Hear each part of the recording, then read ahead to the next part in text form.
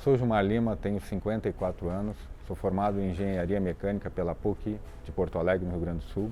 Sou pós-graduado pela FGV e tenho experiência de quase 35 anos em chão de fábrica, em indústria, em vários segmentos, segmento automotivo, transporte, eólico, infraestrutura e construção civil.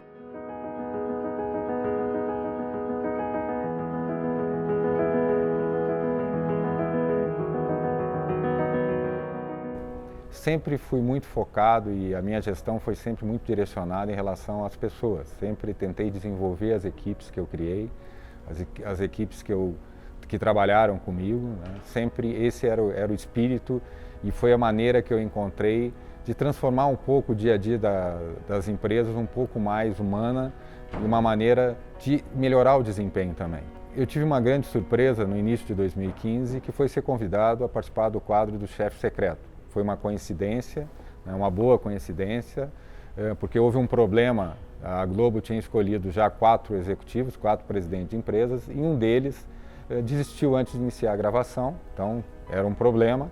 E durante o café da manhã da produtora, Amanda Prada, que é minha amiga até hoje, ela viu uma foto no jornal e que tinha uma matéria sobre a minha empresa, a empresa que eu trabalhava na época, e falava um pouco de várias unidades e de inovação, então eu fui convidado a participar do quadro, né? A assessoria de imprensa me ligou, José Carlos Seco, e eu aceitei no mesmo momento, porque eu já conhecia o programa Undercover Boss e achei interessante a participação, mas logo que eu desliguei, eu senti, olha, agora eu me dei conta a minha exposição, né? Não é para a empresa, eu acho que seria uma coisa muito interessante, mas a exposição pessoal minha ia ser muito complicado.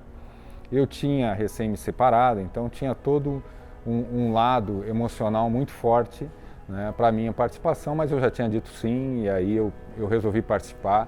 E eu me sinto muito feliz hoje por ter participado, porque eu mudei, eu me transformei durante esse período. Eu sei, depois de todos esses anos trabalhando com pessoas, né, trabalhando em liderar pessoas, trabalhando com vários tipos de pessoas, não só pessoas que tu lidera, mas pessoas, a própria liderança acima de você e as pessoas que estão ao seu lado, né, a gente acha que sabe tudo, ainda mais atuando em vários segmentos.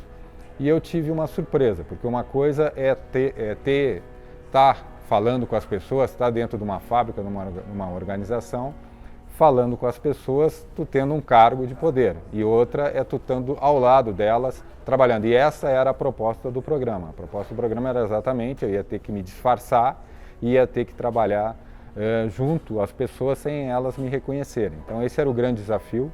Eu tinha alguns desafios. Um deles era a minha coluna, né, que eu tinha operado a coluna, eu tinha muita preocupação com a parte física, né. A outra era de ser reconhecido, mas a que mais me afetou durante os 5 dias foi a parte emotiva, né, que eu me deparei com situações extremamente difíceis, né, mas que me enriqueceram muito no meu dia a dia. Tanto é que o livro, quando eu resolvi fazer o livro, foi exatamente por isso, para contar essa história. E aí o programa também me levou a resgatar várias coisas da minha infância, dos meus pais, da minha família e dos meus amigos. Então eu achei muito importante colocar isso, né, e falar um pouquinho desse momento, dessas pessoas que eu conheci e da experiência que eu tive no programa. Quem me incentivou foi o Max Gehring, foi uma pessoa que me incentivou muito, principalmente quando ele descobriu que eu tinha dislexia, né. Então ele achou, por eu ter dislexia, ter chegado onde eu cheguei e ter a facilidade de falar como eu tinha, isso foi muito, ele achou que eu deveria continuar, deveria fazer palestras e quem sabe, de alguma forma, passar isso, ampliar essa informação. Claro que o Fantástico daria toda a informação, mas registrar isso através de um livro. O livro, ele tinha um nome no início que era relacionado muito com o Chefe Secreto e a experiência da minha vida. Durante a parte quando eu estava escrevendo esse livro, que eu passava a noite escrevendo, foi meu grande companheiro nos últimos 7, 8 meses, eu descobri que o livro não era a experiência da minha vida. Então eu comecei a entender que o livro era sobre pessoas, eram sobre heróis, são pessoas que eu conhecia, porque em alguns momentos eu até chorava durante a parte que eu escrevia, alguns relatos que eu fazia, e isso me começou a entender, não, o livro não é sobre a experiência da minha vida, realmente o livro é sobre pessoas, sobre heróis. Foi aí que surgiu o Descobrindo Heróis. Porque teve histórias, por exemplo, um caso do garoto, do Nedson, que teve um tumor na cabeça, ele não era um personagem, eu descobri sem querer, né? E aí eu vendo um rapaz que tem tumor na cabeça, que ele pode ter qualquer problema, ele podia ter um caso sério, ele tinha 95% de chance de ficar cego, né? E estava lá trabalhando, poucos sabiam, feliz. E quando eu fiz a pergunta para ele o que queria, se ele tivesse um pedido a Deus, o que ele pediria? E ele disse assim com a maior naturalidade: eu não pediria nada, eu só ia agradecer por estar vivo, por ter um trabalho, por ter uma família.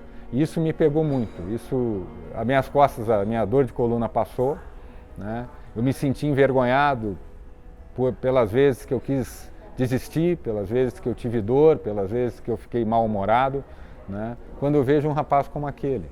Tem ele, tem o caso da Bruna, tem o caso de uma história que vocês, se lerem o livro, vão se emocionar, que é uma história da Bermuda. Quando vocês lerem o livro, vão entender, né? Então, vários pontos desse livro que me levou a entender coisas que a gente sabe que existe, né? A gente sabe, mas ver essas pessoas que superam isso, mesmo no momento que algumas pessoas choravam me contando as histórias, no mesmo momento que ela parava, ela dizia: não, mas vai melhorar, eu tenho fé em Deus, eu tenho esperança. Então, tudo que eu passei, eu chego a uma conclusão que tudo que eu fiz durante esses 35 anos relacionado às pessoas, eu acho que foi pouco. E é isso que as empresas precisam, entender esse momento, né? Capacitar as pessoas, treinar as pessoas, né? Investir nas pessoas, se importar com as pessoas, terem líderes com sensibilidade.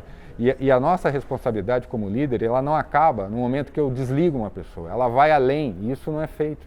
Nós erramos no desligamento, nós erramos no dia a dia, nós criamos programas de motivação incríveis, mas esquecemos e erramos porque a gente desmotiva facilmente. A gente cria um programa e desmotiva porque a liderança não está preparada para lidar com as pessoas.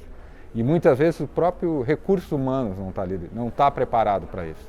Então, temos que realmente, o livro fala sobre isso, sobre essa transformação, sobre melhorar como a gente se importa com as pessoas, a sensibilidade da liderança, como a gente desenvolve as pessoas, né? Então é isso, e isso vai gerar o quê? Pessoas felizes, um ambiente melhor, essa geração nova que está vindo, que eu chamo a geração videogame, que eles querem mudar de fase muito rápido. Eles não trabalham mais para o dinheiro, eles trabalham para ser desafiados, eles trabalham para ser felizes. Então tudo isso tem que mudar, né? E é isso que essa experiência me passou, né?